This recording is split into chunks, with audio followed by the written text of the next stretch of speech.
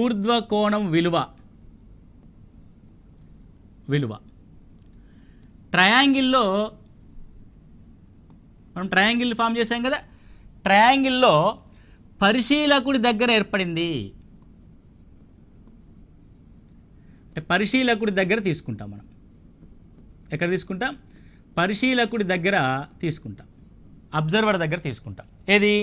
ఊర్ధ్వ కోణం యొక్క విలువ. నెక్స్ట్ నిమ్న కోణం ఏర్పడింది. నిమ్న కోణం యొక్క విలువ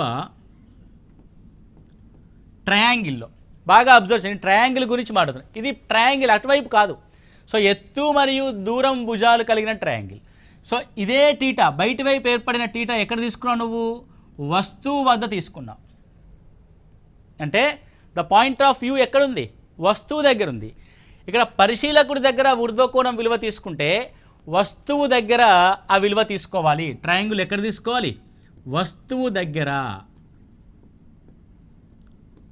పరిశీలకుడి దగ్గర కాకుండా వస్తువు దగ్గర ఆ విలువను తీసుకోవాలి. అంటే ట్రయాంగిల్ ఫామ్ చేయడం ఏ విధంగా అన్న విషయంని మనం ఇక్కడ డిస్కస్ చేస్తున్నాం.